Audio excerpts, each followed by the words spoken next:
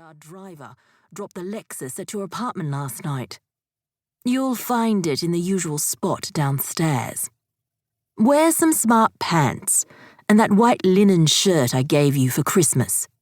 And for heaven's sake, don't be late. I've booked a table for 6. Charlotte is coming. She tells me her father is hiring. I think you're on your last chance with that lovely girl, son. Get a wiggle on and make sure you iron that shirt. She hangs up. Xander and I stare at each other frozen.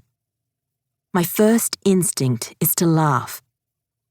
Who in the last 100 years, other than the Queen of England, refers to herself as mother? My next thought is anything but funny. Xander's mum has invited his ex-girlfriend to his welcome home lunch. The ex-girlfriend whose father owns a law firm where Xander's parents hope he'll land his first real job. I wish you'd told them about us, I say. Let's talk about them later. The phone rings again. Maybe Mother forgot to mention which shoes would look best with that shirt. This time, Xander doesn't wait for the answer phone. He leans over, grabs a cord, and yanks it out of the wall. I'm searching the kitchen for food that isn't past its expiry date while Xander shaves his sailor's beard. What are you going to tell your parents? I call, adopting a casual tone. It sounds like your mother thinks you and Charlotte are still together. Xander appears at the kitchen door, half-shaven. You heard me on the phone to Mum back in Mexico. I told her I was single. Is it Mum or Mother? Xander points at the fine china I've set out for coffee, as though it's the key to his mother's character. Mum likes to pretend. She pretends we call her Mother. She pretends to be a member of some imaginary Australian aristocracy.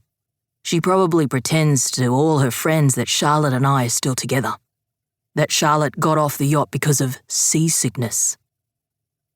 That is why Charlotte got off the yacht. When I met Xander, he was inches away from realizing his lifelong dream. He and Charlotte had recently finished university, and he'd spent a bequest from his grandfather on Joy, a small but sturdy yacht that the owners were selling for a song because nobody wanted to fly to a remote part of Mexico to buy a yacht. Xander and Charlotte did exactly that. They moved on board Joy and set off for Australia as a gap-year adventure. If Charlotte liked the lifestyle, they planned to save money, upsize the yacht, and sail around the world.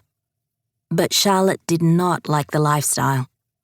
After their maiden voyage down Mexico's west coast, she broke off their relationship, packed her things, and flew home. I met Xander drowning his sorrows in a village tavern. He considered pulling the plug on his adventure, but with cyclone season approaching, he couldn't leave Joy in Mexico. He was facing the daunting prospect of solo sailing all the way home. On a whim, I offered to join Xander on board. I'd never set foot on a yacht, but I'd been backpacking around Latin America for months, and this sounded like a more interesting way to get home than flying cattle class. It wasn't like I had anything to rush back to. My parents died in a freak storm in New Zealand when I was 4. After a year in foster care, I moved to a small town in Western Australia to live with Nana, my sole surviving relative. But she died of cancer when I was 16. For the past 6 years, I've moved around a lot. What gave me faith in Xander was that he was honest about the downsides of sailing, the uncertain time frame, and the discomfort of bad weather, even though his chances of finding another willing idiot were minuscule. Charlotte and I broke up, Xander says now. She can't expect me to come crawling back. She sure won't after you turn up at this lunch. I can't wait to introduce you to the olds. They'll love you. He runs a hand through my hair, as if to suggest his parents will adore it as much as he does.